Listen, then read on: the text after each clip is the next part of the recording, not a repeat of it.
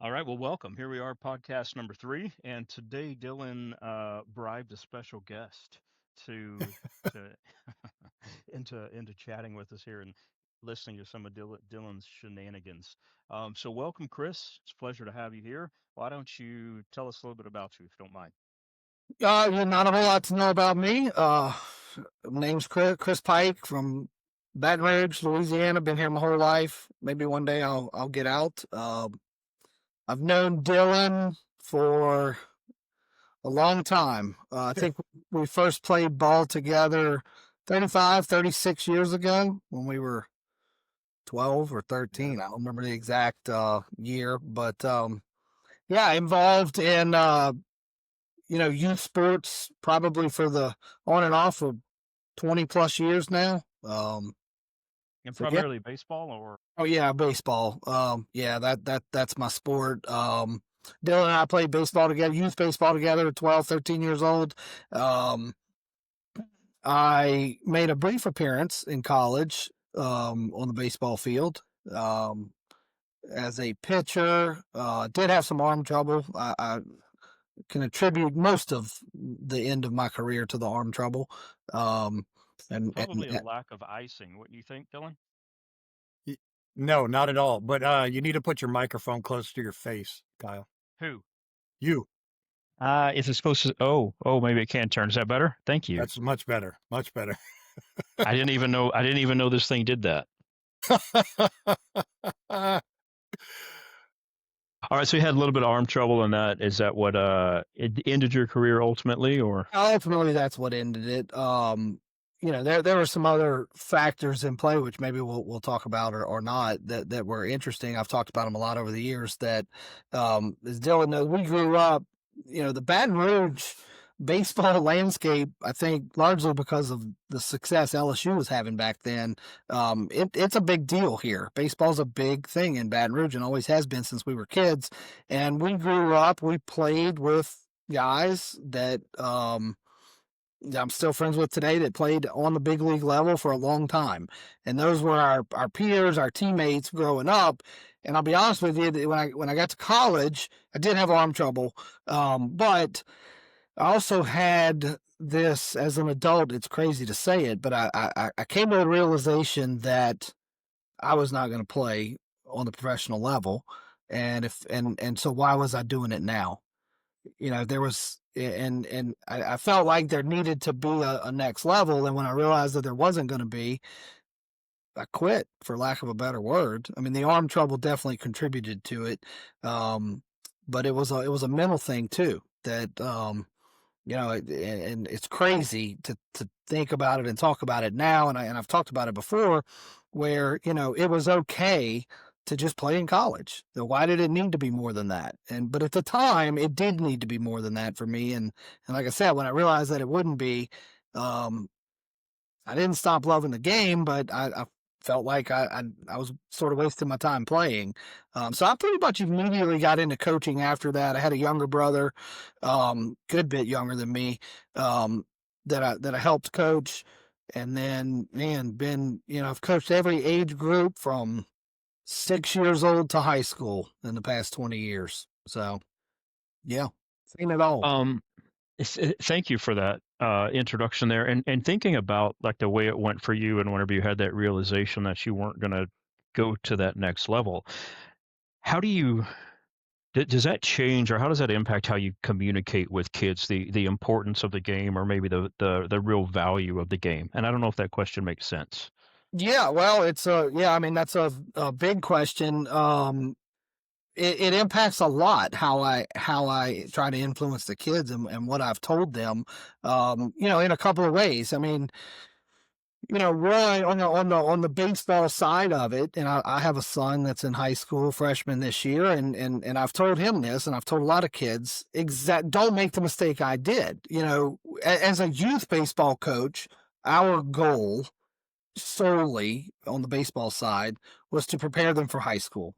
That's it. I wasn't teaching, a 10-year-old how to be a college baseball player or a professional. I was trying to prepare them for high school.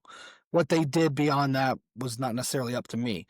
But I've encouraged these kids to, not make the same mistake I did. Worry about the level you're at. Worry, and if you, again, the simplest way to say it is what I said. If all you ever do, not to minimize it, is play college baseball, that's phenomenal. I don't have the statistics in front of me of how many athletes make it to college. What they, again, in my case, there needed to be a next level, which I think was fueled by the fact that close friends of mine were already playing professional baseball. And as kids, I competed with those guys. We were on the same team. Maybe they were better than me. They were, but we were equals in a sense. And so I've tried to tell the kids, I think it's great to dream big. And my son wants to play professional baseball. That's wonderful. But first, we're going to worry about high school, and then we can worry about college. And and I don't want him to fall in the same trap that I did, where I think goals are very important, but if those goals are too high, then in my case, I felt like a failure. In reality, I wasn't, but I felt that way as a 17, 18-year-old. And so, yeah, I don't want the kids today to set those goals in baseball to be so high. We all dream about pitching in the World Series or whatever, and that's great. But again, if you don't reach that, which the statistics say you're not going to, it's okay. I mean, I could have, in hindsight, had I just played 4 years of college, that great. That's all it needed to be. At whatever level, of college it was. So yeah. And I mean, there's lots more to your question on, the getting away from the sports side of baseball, and the life lessons that are weaved in and out of all team sports, but particularly baseball, are just incredible. I mean, they're numerous, and you could do an entire show on a single life lesson that the game of baseball teaches you. Absolutely. Yeah, and you mentioned goals, and Dylan, like, please jump in. I know I'm usually the one that interrupts, but feel free to be the interrupter for a little bit. Whenever you mention the goals, I like the idea, and most of the time too, I don't really have the imagination to make stuff up. So usually what I say, like, it's somehow rooted in sports psychology or research or something like that. But the idea of setting lofty goals, and it's very powerful, right? You set those big time goals, and whether it's playing in the major league or whatever the case may be, but then that can't necessarily be the focus. Like, the focus has to be on the day to day, the process, being very process oriented, learning to love the game because you love the game, not because you think it's going to result in you playing in the major leagues or whatever. But I also think another thing that's important to mix in, and I know it's different for different people, but is sort of the spiritual aspect too, of, like, in our goal setting. If we're Christians, Dylan and I being Christians, I maybe make the assumption you are too, but, like, you have this goal too of trying to be more like Jesus, and trying to spread that information, and you might use baseball as a vessel for that. So you kind of set these goals in such a way to where, just like you're saying, playing the game ends up being fulfilling the goal, whether you make it to the professional league or not, or even to college. Yeah, I think, we either talked about this on the phone or in one of the podcasts, was being content and happy with where you are, right?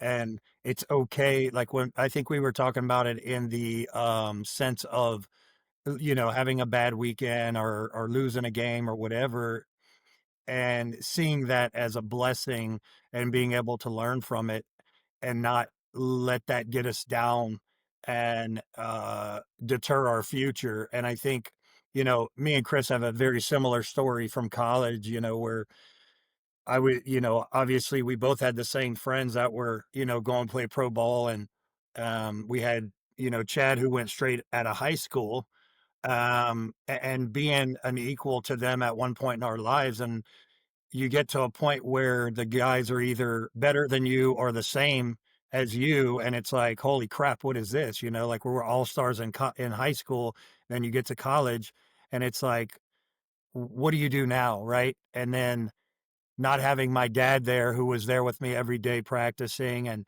you know, it was up to me at that point to get better and be happy with where I was, but I wasn't, right?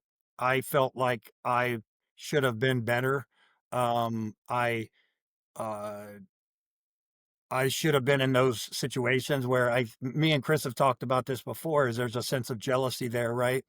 And where you're jealous of those guys because you feel like you should be those guys. You know, you should be in the same situation as them and you're not happy with where you are. And, you know, it's really tough for these kids nowadays too, because of all the crap that they're seeing, right? I mean, they're seeing things that we weren't seeing at such a younger age. And I think for them to be happy with where they are and all the parents, you know, allowing these kids to club hop, to supposedly get them in a better situation, play the positions that the parents or they think they should be playing, all these things. It's really tough to get a kid nowadays to be happy with where he is and to embrace the journey that it takes to get to where they want to be.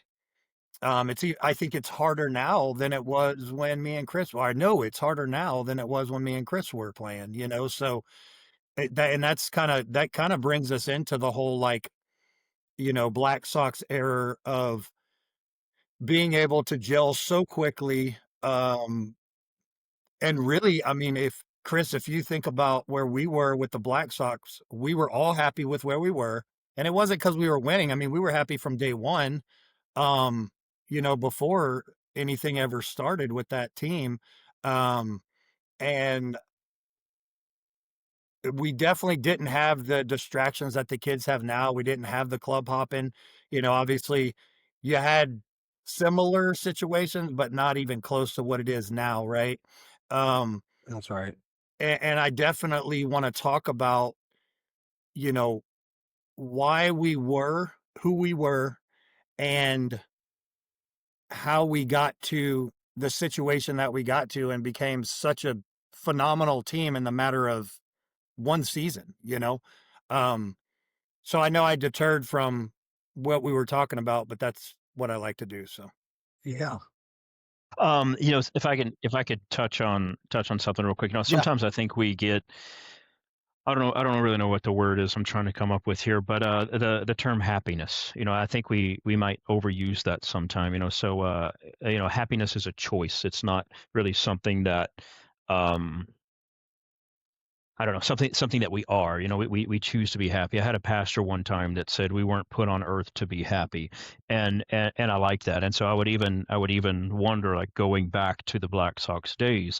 I bet there were a lot of times you weren't actually happy, but y'all were a team and it was purposeful, and y'all were together. And I think that's kind of the bigger thing to think there is it's not about being happy. It's about the other things, right? It's you're working together, you're unified in a goal, you become friends, you know, you become brothers. And I think looking back, yeah, all of that was a happy time, but in the moment there were probably lots of unhappy times that Yeah, you're occurred. probably right. You're probably right. Yeah, Yeah. Absolutely.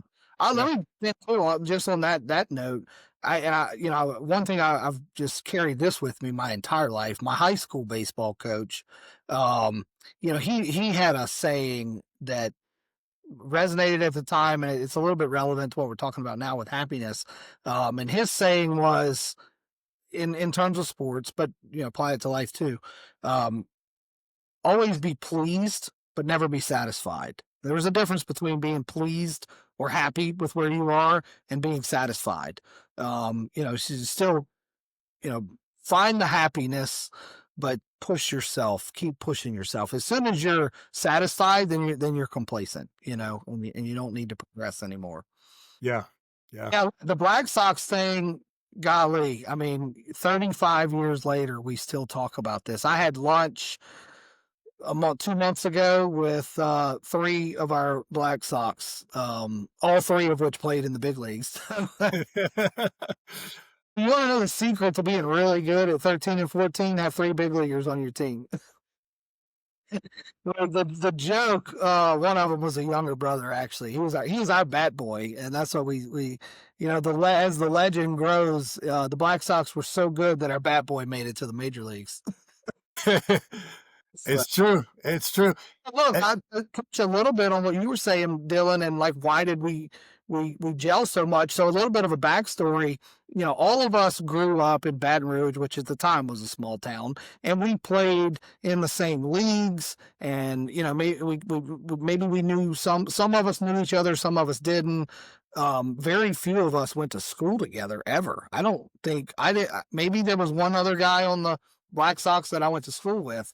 Um, and that was the first year. It was a 1-year deal. And look, 35 years later, we're still friends. I talk, this is not Dylan and I talk pretty regularly. One of the guys that made the major leagues, he and I have coached together for the last 8 years. We've coached our kids, same age group. So it's crazy to think that this one 13 or 14-year-old baseball team 35 years ago that we just met, it was kind of like the Bad News Bears. We just got assembled somehow, and we're still friends. And maybe it was because we were pretty good. I'll be honest with you.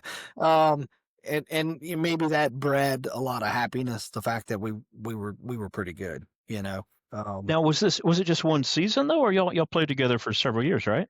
One One season. season. That's what I'm saying. That's what's so crazy. Season. So like Yeah. the team, my son's team, which other Black Sox and myself have coached for 8 years.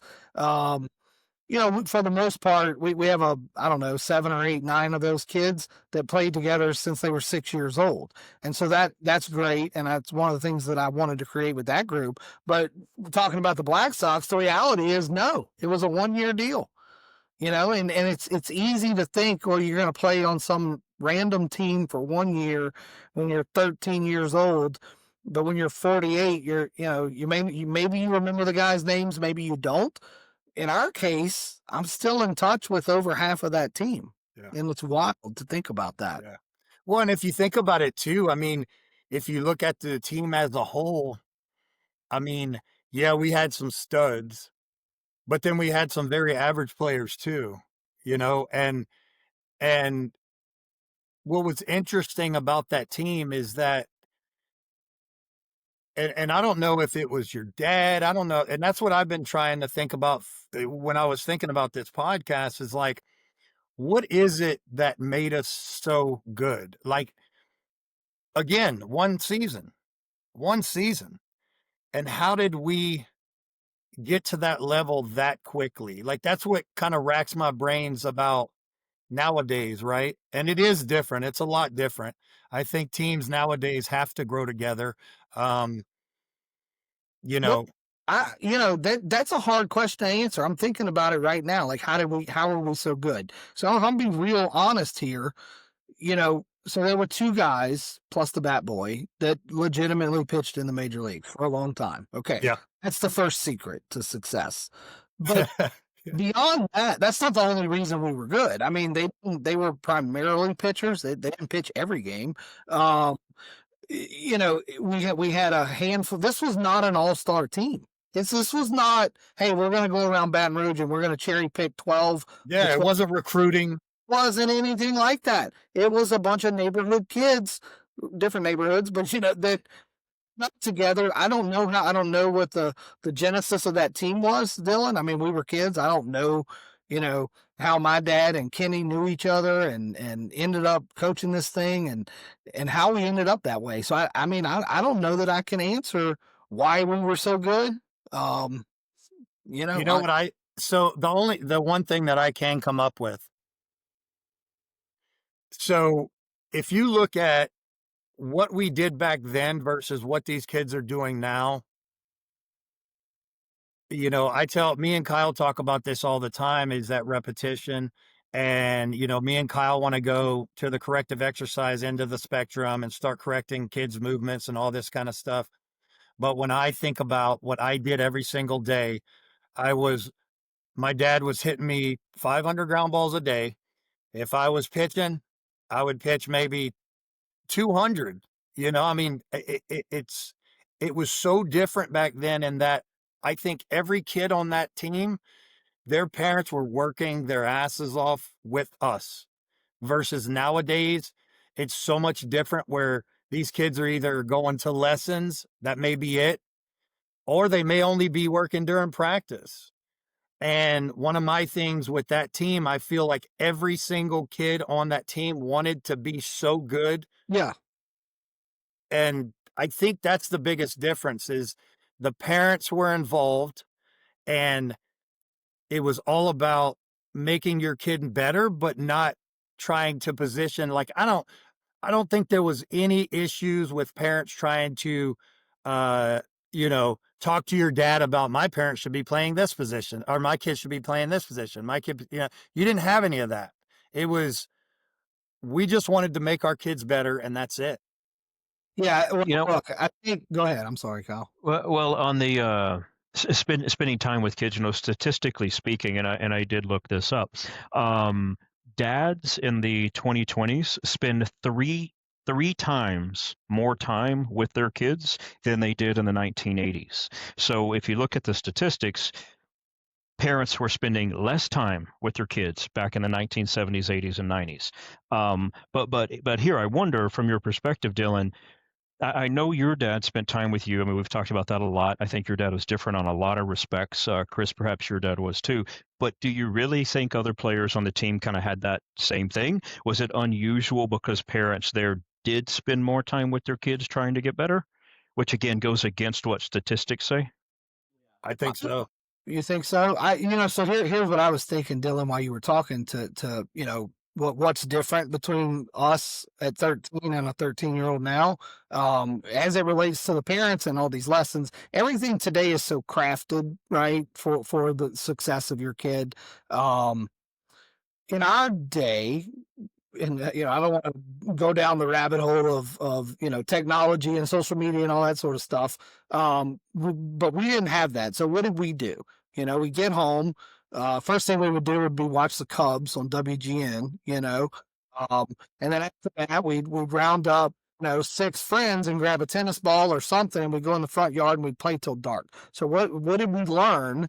That maybe this is what I see some of the kids lacking, a lot of the kids lacking today that we had was knowing how to compete. Okay, you and I are in a front yard with a tennis ball, and maybe we didn't have gloves. We were, we're throwing it at you. That's how you got out. Peg ball. Yeah, that's exactly right. Tough, but we learned how to compete. Because there was no mom or dad in the yard refereeing this game or umpiring. We would. I'm sure we got in fights with each other, and but we learned how to compete. We learned the want to win.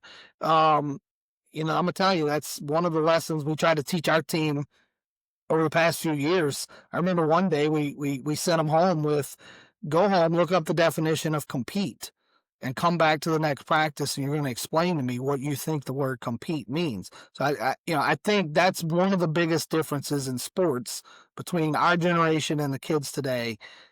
By and large, they don't know how to compete the same way we did. And I'll give you an example to the contrary of what I just said. We have a kid on our team whose dad we played against the Black Sox, is ironic. He's the... Who was it? Huh? Who? Michael Becker. Yeah. My oldest friend in the world. I mean, I've known Michael. We were across the street neighbors since we were 3 years old. And so his son has been on our team for the past, 7 years. His son is a full age group younger than what our team was, but he played with us. And, his son is the youngest of 4. He's in, I guess he'll be in 7th grade this year. My son's in 9th grade. Michael's son is in 7th grade.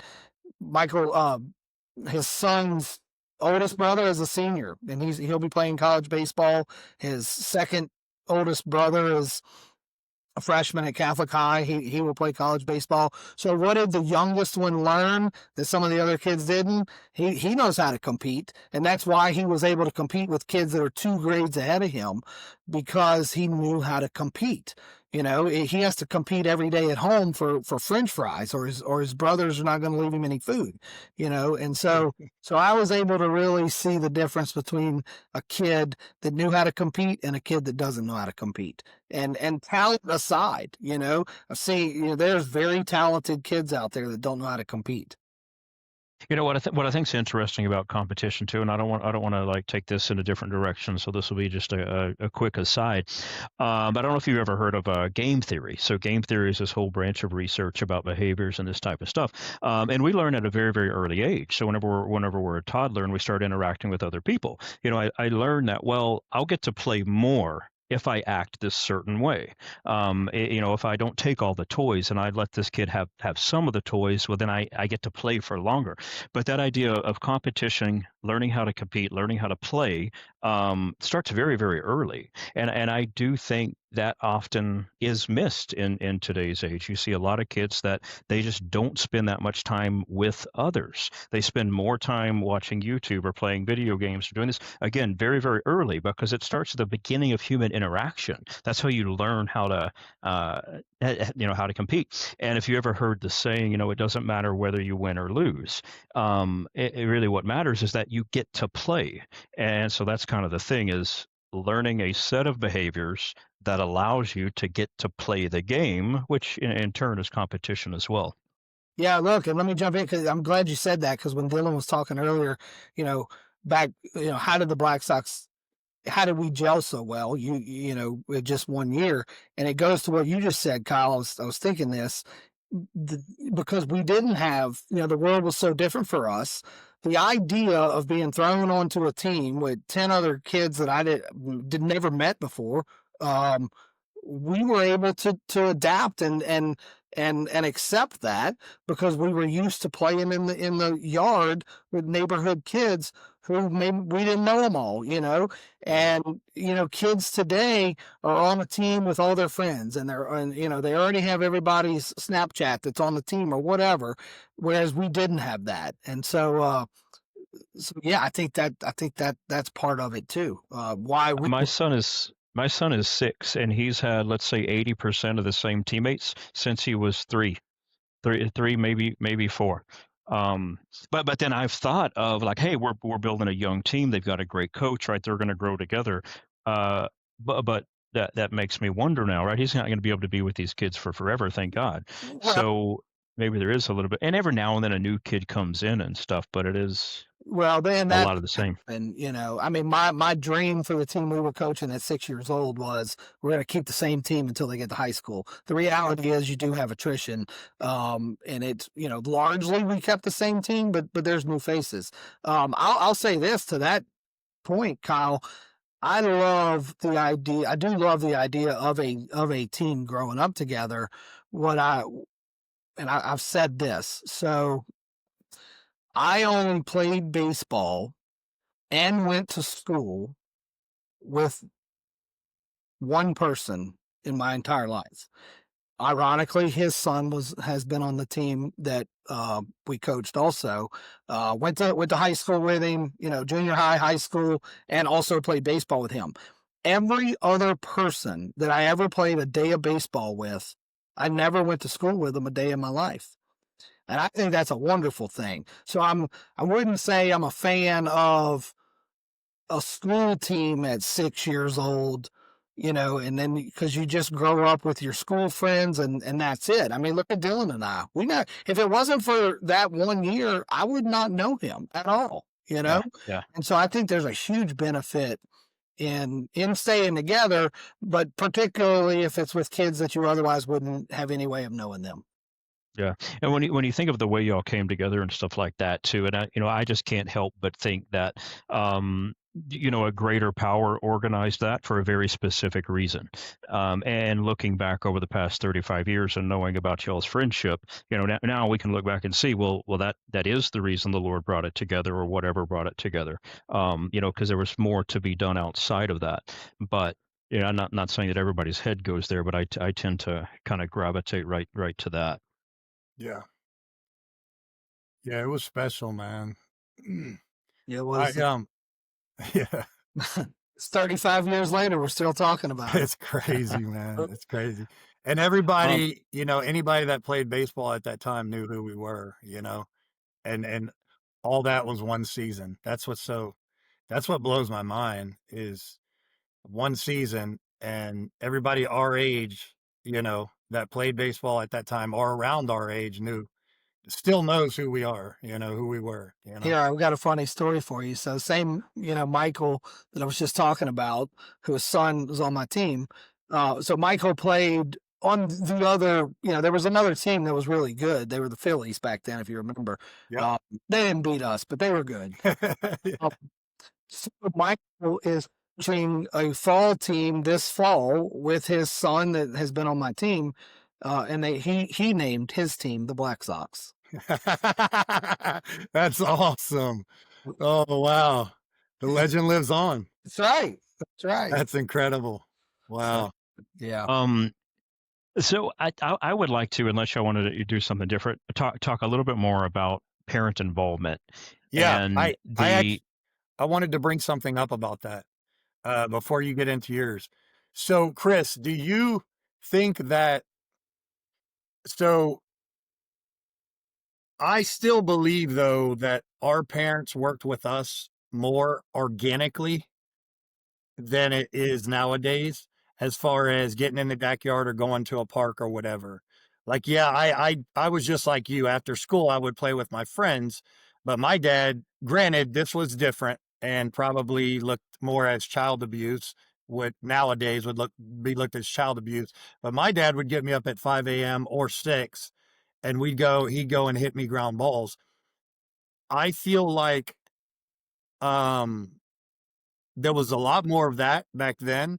And I do feel like most of the parents on our teams with the Black Sox, think about like Derek Hawes, Kenny, like all those guys. Do you think that their parents were getting out with them and working? Like I'm sure Well, your dad was. yeah, I mean, I do think that they were. Yeah, I think parents for our generation were definitely doing what you were saying. Um, I don't know that I think, again, I think the bigger reason that we were the way we were was because as kids, we were we were watching it on TV every day after school, and then Yeah. we wanted to play. So yes, the parents were Yeah. helping, but I don't want to, I mean, look, my opinion, comparing what our parents did to what are the parents today doing or not doing, are the parents today, waking them up at 6 o'clock and going hitting them 100 ground balls? Probably not. But what they are doing that our parents didn't do is they're shelling out thousands of dollars Yeah. Yeah. for lessons. I And agree. you know what? They're the guys teaching the lessons knew more than our parents did. So I don't know. There's huge differences in our parents and parents today. I mean, I'm a parent today, but I don't know that one's, better or worse than the other. Yeah. There's Yeah. Yeah. Yeah. yeah, different, I get it. Yeah. you, Okay. you Go know, ahead. and I think, Chris, that's an excellent point too, because again, if you look at the data, if you look at the demographic data and some of the research and stuff, yes, a big difference today is that parents are much more involved economically, much more involved time-wise, in that they have to drive their kids to all the things. And so while they're spending more time with their kids, it's in a totally different dynamic, a totally different context. And that creates a sense of pressure because now there seems to be, and I, of course, don't want to make blanket statements to where all parents are this way because I know a lot of them aren't, but there seems to be now, there's much more sideline coaching. There's much more Mhm. pressure because of the economic involvement, and there's much less support. Like Dylan's talking about, like Dylan's dad, yeah, probably pushed him a little bit different. They don't do that these days, but I would be willing to bet too that your dad was very supportive, and it was less about pressure of winning because I'm paying for this and I'm doing this and I'm doing that. And it was much more of a, again, just a much more holistic type of support. I don't know if that's right or not. Yeah. Um, That's why I always say kind of the organic thing. So yeah, I Totally agree with that. yeah. I've never really thought about the word winning in today's generation versus ours at that age. But now that you say that, I mean, with with the endless options of organizations and teams and, single A, double A, triple A majors, if you want to win, Don't forget nationals. Don't forget nationals. This jumping around constantly to find so that you can win, and I mean, look, did we get a trophy at the end of the year? Yeah, we probably did. But did we get a ring every weekend? No. But we do that now, and so it's almost like, I don't know if it's, just the universe.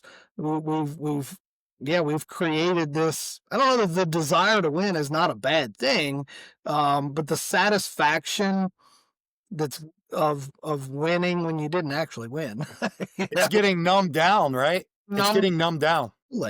Yeah, I mean, look, I'll tell you a story. We had this is a great tie-in. Please tell me you're going to tell a story about the rings. Yes, so we were. Thank you. I was going to ask you to tell that story. Maybe our 11-year-old year, could have been 12.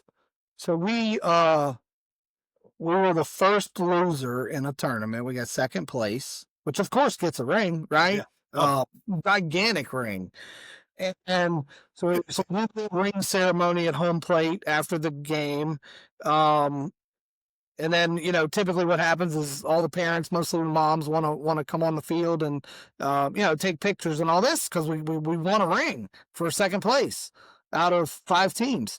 So we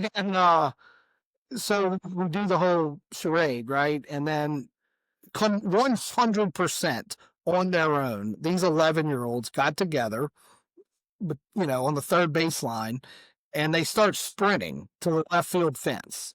And we're like, what are they doing? And the whole team, and they get to left field and they throw those rings over the fence as far as they could throw them into the woods. And I'm going to say some of the parents were very supportive of that. Some of them were not. They had to bring that one home and put it on the mantle. But Dylan told me about, and I wonder, I don't know if you keep in touch with those kids or if there's a way to track them. But to see, maybe that was a one-off event or whatever. But I don't think so. It seems like something that was kind of rooted into them, where they weren't quite satisfied with that.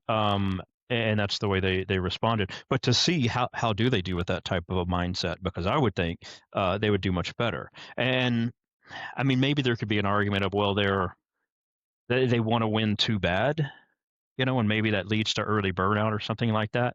But I would just wonder how they do over time. Yeah, I don't know. It's a good question. I mean, I do stay in touch with all the kids that I've coached. There's a couple, that parents may not. I'm probably not their favorite person. I tried not to worry as much about the parents. I cared about the boys, and I'll tell you my intention. And I still talk to or text at minimum pretty much every kid on the team, and I see them pretty regularly. And that's important to me. So yeah, I intend to keep up with them over the years, and it'll be interesting to see.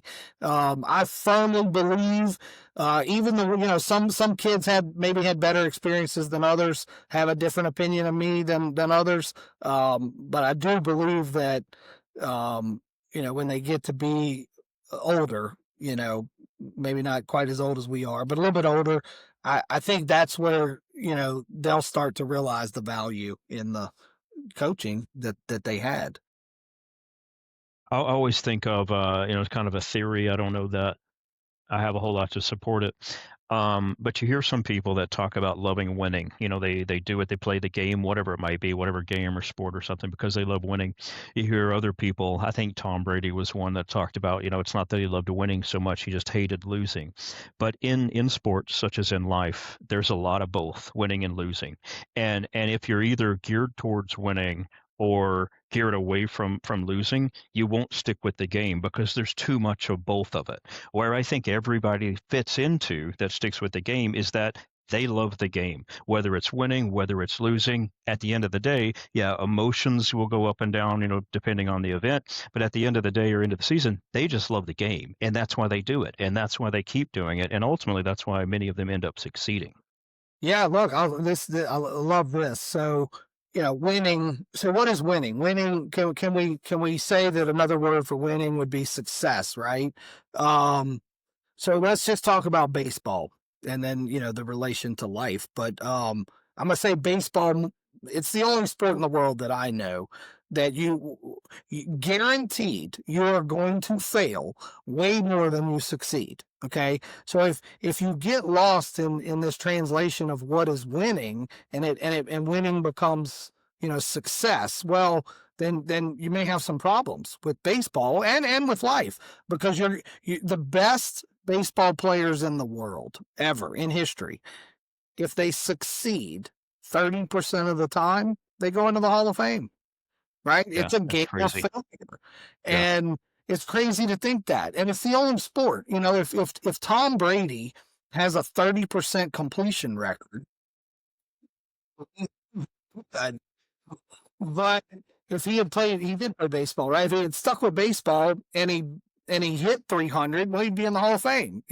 So, it's, so yeah, I mean, I like what you're saying. This emphasis on winning. You got to be careful with that, because I think in a kid's mind that winning translates to succeeding, and the reality of baseball is you're not going to succeed. You're gonna succeed hopefully 30% of the time, probably only 20. Well, and a Yeah. lot of Yeah. times too, we see that kids can be successful through losing too, right? I mean, there's so many. Like, I go home from, just like any other coach, I go home from a tournament that, let's say you go 0-3, you go home from that tournament and you're just, you're pissed at yourself, you're pissed at the kid, you want to know, you're ruminating, you're reviewing video to see what went wrong. But when you step back and think of it, a lot of times you may be better than you were a month ago. Absolutely. You may have played better than you did a month ago, right? But baseball is baseball, and we're gonna lose some games, but you were still successful in that you got better that weekend. Yeah, so here's the way we tried to teach this, and my son said this to me the other day, and it was a pretty proud moment. He said, "Dad, there's only wins and lessons. There's no law. There's no such thing as a loss. You win or you learn." And that's Yeah, just a great yeah. way to look at it. It, and Robichaux sometimes used I to don't say that think. all the time, all the time. We win and we learn. We don't lose. And sometimes I do think that's something that's said a lot, but I don't ever really think about it. But what that also means is if you're winning, you're not learning. So that's it. You got to take those moments of when you don't win. It's fine to identify why you didn't. And we've talked about too of like could you change the language around it to where there's this idea in mindfulness to where things are not good or bad. They might move you closer to a goal or take you further away, but they're not good or bad. They just are. And then trying to present it that way. And especially in baseball, I think of it, and I didn't play for a long time. I still have my 1987 T-ball trophy. Participation. There was no tournament, just participation. Two of them, by the way. But this. I think it was but this idea of it's like a chess game, right? To where every move, whether it goes the way you think it should or not, is something, or you just have to believe, right? Every move will end up in a spot that you want to be. It might not be this game, it might not be next game, it might be next season, but it's just this belief that it's constantly a chess game of pieces moving and moving in the right direction. Oh, that's interesting. So, again, the team that myself and Chad coached, and I'm gonna give Chad 100% of the credit here. It's one of the big leaguers from the Black Sox. Um, with our team, we wanted to find win. We were very careful in the tournaments we played. Okay, you want the kids to have moments of success. It's important. They can't go 0-30. They're not going to like the game. I mean, our goal is to make them love the game. If they wake up tomorrow and they still want to play, then we're doing a good job. And so what Chad was very careful to do was to let them get the wins that they need to get when we're choosing our competition and what tournaments we're going to play in. Let them get the wins that they need to get, but at the same time, we're going to challenge them. We're going to play some teams that are going to beat us. Now we're not going to go play the team that's going to beat us 28-0. That's not really going to do either team any good. But we really liked those hard fought losses, and we were very careful to select every weekend of where we were going to play, and get when we felt like the boys needed a win. Well, maybe next weekend we may pick a little bit easier one because they need some wins right now. If we're riding high and we're coming, then all right, let's challenge ourselves a little bit, and I think the boys, way more than the parents, sort of got that, and I mean, some of our happiest moments with the kids' happiest moments were the games that we were, we scored less runs, but we played really well, and the boys took it away, I think there's a lot too in, what it is we celebrate as parents, as coaches, not it's hard to do. It's very hard to do, being the father of a 6-year-old baseball player that plays at a high level for being a 6-year-old. Trying to not celebrate the wins, but constantly celebrating the effort. And it's hard, right? And I think our coach is very good about this, but trying to get in that. And what we do too is it mitigates emotions. What we want to do is if we don't want the lows to be as low, well, then we can't make the highs as high. So whenever they have a win or they have a big win, I think it's important for us to celebrate with them, but again, understand that we also play a little bit of a role in emotional regulation and letting them know same thing. Like, this is just a process. We played great this week, good effort. We got the win. That's wonderful. Let's celebrate, but not really trying to like overdo it with that emotion, if that makes sense. So that way, whenever they do lose, we're the same as the parent or the coach. We put some good effort, had some good plays, didn't quite work out, but we kind of learn. We help them learn how to navigate those emotions a little bit better. Yeah. Hey, Chris, was it you that said, no, it was, that was a book where it said not to ride the roller coaster of baseball. And that's what it talks about is, the highs not being too high, the lows not being too low, and you have to even it out more. You can't go crazy and jump up, yell and scream whenever one of your boys hits a in the park home run, It's true. you know, Sure. and That was hard for me as a It's so coach hard. and as a parent. I mean, yes, I'm a competitor, Hey, I like to win. In fact, I hate losing. yeah, But you're right. I mean, that's the reality is you do have to temper that. Chad had a great way, and I'll keep it PG, but he had a great way of relating this to the team. He compared, even a moment of let's say a failure, a colossal failure in a moment. He compared that to using the bathroom. And he said, what do you do when you use the bathroom? You flush it. And that's what you do with these moments. Just flush it. And it's gone forever, Mhm, And mhm. that's one of those life lessons that we talk about with baseball. I have more failures than I do successes every day in business. But I still have to come in here tomorrow, and try to get a win, well, Chad's not a good example. He's emotionless, bro. Well, he knows the business side of the game. He's different. He's different. Well, no.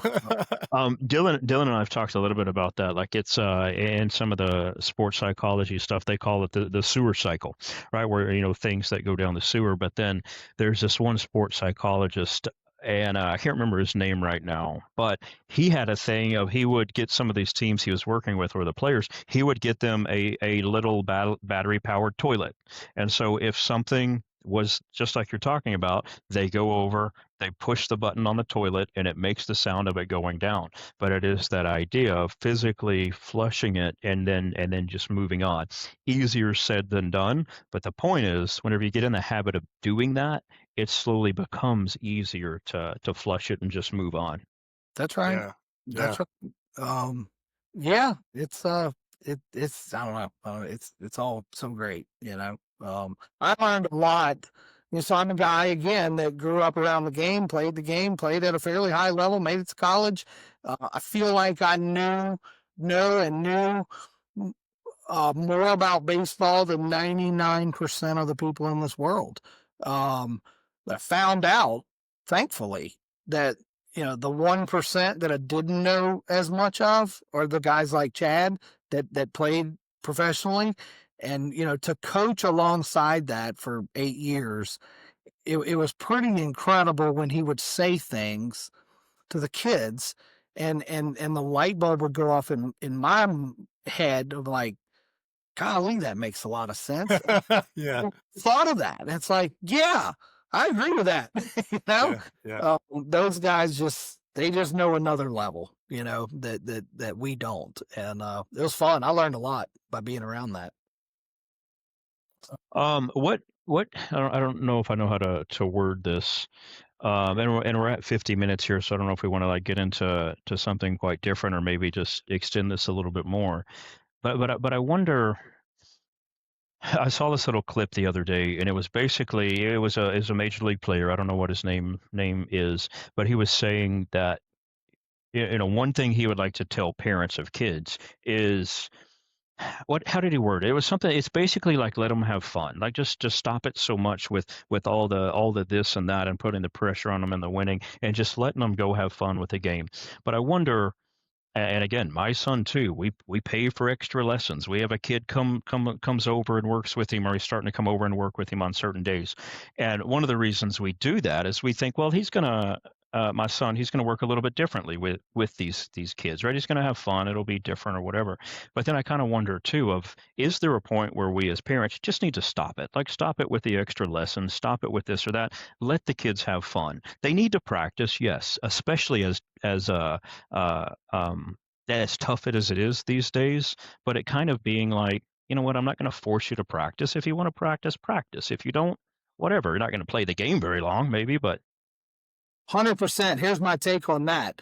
I said earlier, as a youth coach, because you're talking about your 6-year-old, my goal is that then when they wake up tomorrow, they still want to play. And yeah, and absolutely. my second goal is, to prepare them for high school.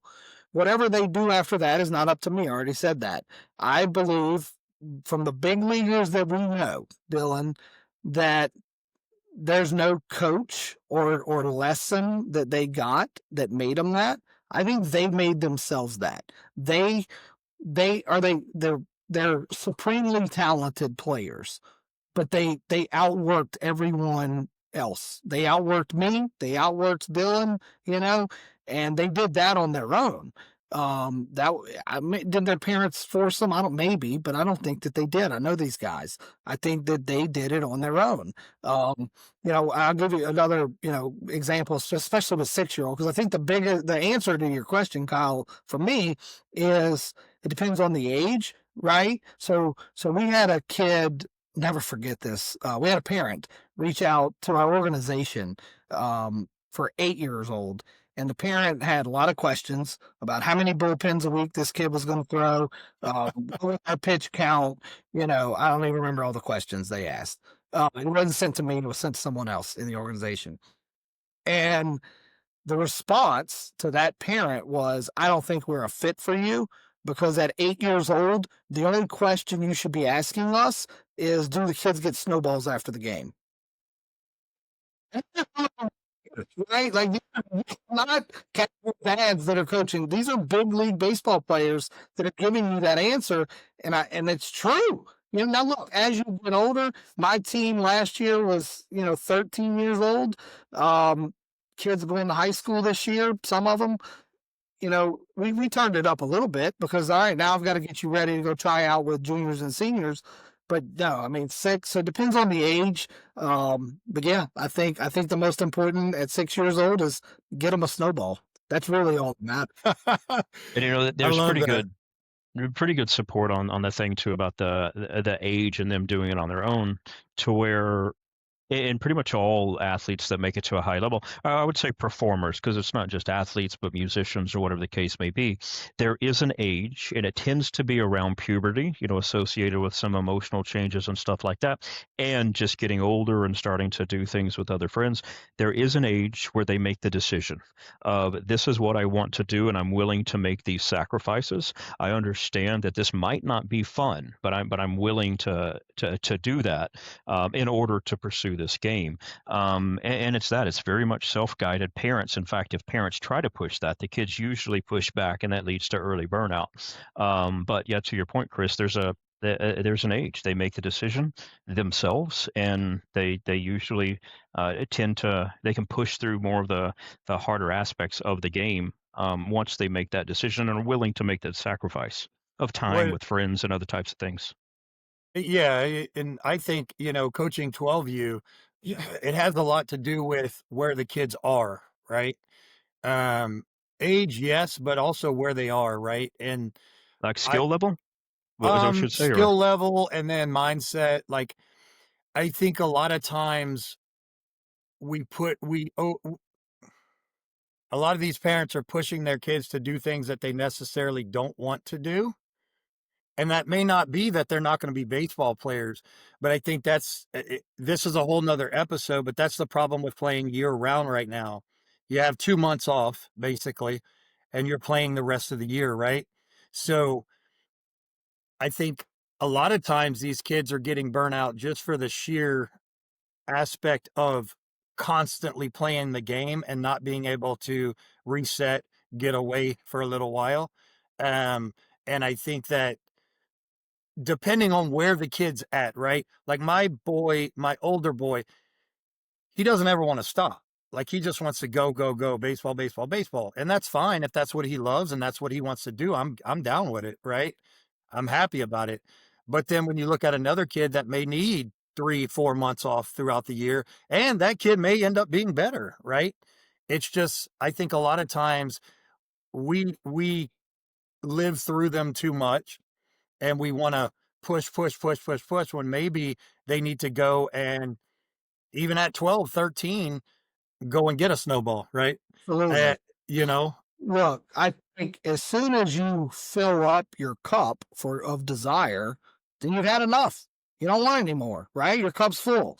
And the minute we give these kids all that they can handle or all that they ever wanted, then they don't want it anymore. I always want to stop short of that, right? Using Chad again as an example as a coach, he told one of our parents, I remember had asked him, we never did anything in the fall. My son's doing it now because he's in high school. We never did anything in the fall. We were, we let the other sports play out. And some of the parents would ask us, what do we need to be doing in the fall? Go play football. So we didn't play football. All right. I mean, play soccer. All right. Play soccer. And this is a something. conversation I saw Chad have. Well, he doesn't play soccer. It went through a few, and he said, okay, well, then take him fishing. I don't touch a baseball for 4 months, there's the physical side of just needing the recovery, which I'm not an expert on. But then there's the mental side too. Check out for a little while. That's a good thing for kids. If you get to D1 college, yeah, you probably need to, and you want to play pro ball, you're going to need to live and breathe this. But at 10, you don't. And there's so much on that too, and it's such a hard. I feel like it's a hard topic. But again, I do look at the research and stuff, and that early sports specialization, it increases the chance of injury, the chance of burnout, the chance of mental illness, the chance of this. Like there's nothing that really supports early specialization. Yet you have parents and probably some coaches that say like, I mean, this is the way it's got to be if you want to excel in the sport. And again, I just at a time, yes, you have to make that decision. But again, 8, 9, 10, I would say even up to about 15, they need sports sampling. They need to do other things.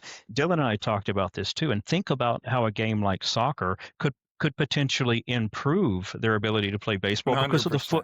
because of the 100%. footwork, because of the different types of movement patterns. But people just don't want to Well, believe it. And and again, I can give them the data, and they just don't. I'll give you a real world example of exactly what you just said. So, Chad's son. Chad was a major league pitcher for, I don't know, 15, 17 years. World Series ring. His son is a very good pitcher. He's a couple of years ago decided to start playing soccer. And and he loves soccer and he's very good at it. But it also made him a better baseball player because of the footwork that you're talking about. He's going to have his best year ever next spring. And I'm going to tell you, it's because of the soccer has helped him that much. It's incredible. Exactly what you just said. See, and the problem we run into in DFW is if you don't play fall ball, if you aren't like, if your club is not playing fall ball, and let's say you're just doing maybe a couple workouts a week, whatever, a practice a week or whatever, you don't keep a team. And to me, I've been fighting that battle since 8U. Yeah.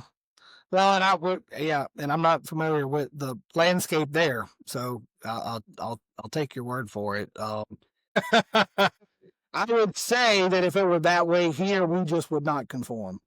I'm gonna end up with a team of Black Sox of kids that maybe this is the only year they ever knew each other, but I got the right guys. Yeah. Maybe that's what the result is. What would the parents do, Dylan, if the kids showed up to practice and you just had a bunch of soccer balls out there? We've talked about that. I remember a couple seasons ago, we talked about that and trying to help these kids with remember we were talking about movement patterns and, corrective exercising, and the parents they don't get it. You talk to them about it. They don't get it. They don't think, no, they just need more baseball, more baseball, more baseball. And that's how it is here. And every single club here plays year round. It is and that's the problem. It's so watered down. It's so overrun by baseball in DFW with so many organizations. I mean, I promise you, I kid you not, we have over 100 clubs in DFW. I promise you. And those would be clubs playing all the time, all year 24/7. round, all year round. And I know that there's a lot of talent there too. I mean, these are talented clubs and players, but I wish someone would do a study right now for the next 5 years and come back and tell me how many of those extremely talented 12-year-olds even played high school ball. Half of them won't even play high school baseball. I agree. They'll quit. They'll be hurt. They won't, I don't know. It's crazy. It is. It's absolutely insane. Yep. Yeah. Well, I think that's probably a good stopping point. I do think there's any variety of these topics we could probably just keep talking about for weeks, I'm sure. Dylan, anything you want to add? Dylan, Chris, anything you want to add before we shut down episode 3 of Unleashing the Baseball Mindset? I had a good time. I want to do this again. Yeah, hey, I would love to have you again. Yeah. Well, and I've told Kyle this. I've told people around me this. I consider Chris my coaching mentor. He got me through a very, very, very, very, very, him and his wife both got me through a very tough time in my coaching career. And it's a blessing to have him here for sure. And I think, we can have you on as many episodes as you want to be, because I can say from my experience and from a lot of other people that have heard me talk about you, that you're definitely one of the I think greatest baseball minded people, from our age group around. Well, and I think you have a lot to offer to the youth baseball, especially. A lot to offer. And I think, what did I do? So, for 8 years, I did a lot of good things and I had a lot of successes, and I also had a lot of lessons, right? We were talking about that earlier. And so, yeah, I think now I made a bunch of mistakes, some that I regret, but I learned those lessons, and, a big part of me wishes I could go do it over. And change some of the things that I did.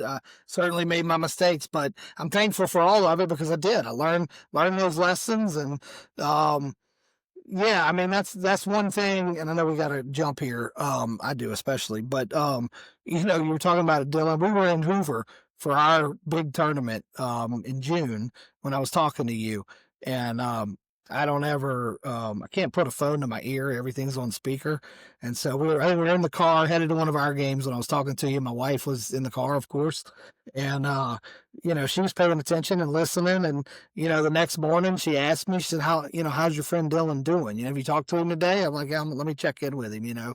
But that's what we do. You've done the same for me, you know. You know, Chad has been that guy for me just because we were coaching alongside each other. And so, you know, every mistake I made, I just had to go to him and what am I doing wrong? Or, you know, this and that. And I've learned so much from everybody, really. So Cool, yeah, man. I appreciate y'all having me on, and this was a lot of fun. So I'd love to do it again. Good. I feel pretty confident after this is posted, we're going to at least get to about 8 subscribers, I think. I know. We're growing like a wildfire. Well, I'll share it to my team, but we may get some downvotes from some of those parents. So I don't. All right. Well, guys, thank you so much again. Chris, thank you so much for your time. It was wonderful. Hopefully we'll get to do this again soon. Sounds great. Yep. Thank you. All right. See y'all later. All right. Later.